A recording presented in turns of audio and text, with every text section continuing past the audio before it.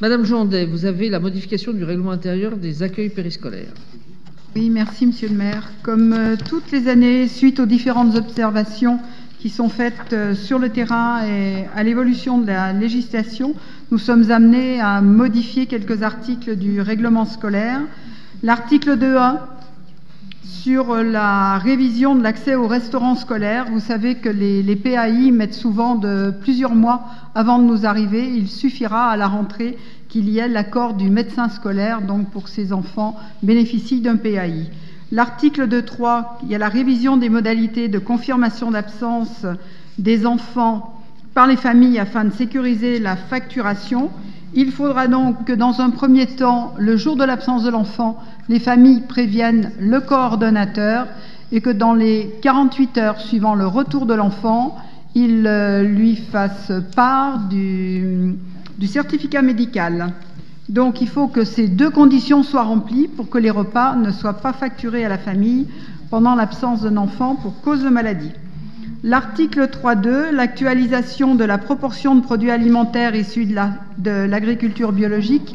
Nous étions à 20%, nous passons à 30%, conformément à la délégation de services publics, et de la fréquence hebdomadaire de repas végétariens prévue par la loi Egalim. Et je vous rappelle que depuis l'année dernière, donc, nous offrons aux familles la possibilité de choisir des repas avec ou sans viande. L'article 5.3, la suppression de la mention concernant les modalités de déclaration de grève des agents et la possibilité de mise en place d'un service minimum d'accueil en application des nouvelles dispositions prévues dans le cadre de la loi de transformation de la fonction publique de la loi du 6 août 2019. Donc 2019, pardon. Donc c'est quelque chose que nous avons pratiqué à de nombreuses reprises cette année, parce que vous savez que nous avons eu à subir de très nombreuses grèves dans l'éducation nationale. Donc nous avons mis en place à plusieurs reprises le service minimum d'accueil. Les tarifs des services périscolaires restent inchangés. En conséquence, je vous demande, mesdames et messieurs, de bien vouloir retenir la conclusion suivante. Le Conseil municipal approuve l'ensemble des dispositions du règlement intérieur. Merci. Y a-t-il des questions, Monsieur Serino?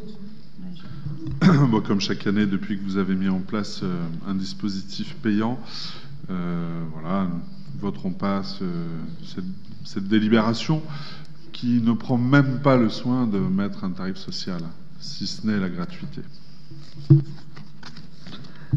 Ah, c'est vrai qu'on est dans une période, il y a beaucoup de gens qui rasent gratis en ce moment.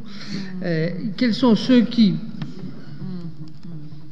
Vous faites des petites blagues, c'est bien rigolo, mais je crois que je l'ai lu dans votre programme, la gratuité. Des garderies du matin, donc je ne pense pas que vous êtes le mieux placé pour donner des leçons ce soir là-dessus. Hein. Elle a toujours été gratuite, Monsieur Sereno, le matin. Elle a toujours été gratuite le matin, donc il n'y a pas de nouveauté. Y a-t-il des oppositions? 3, 4, 10 oppositions, très bien. Le rapport est adopté.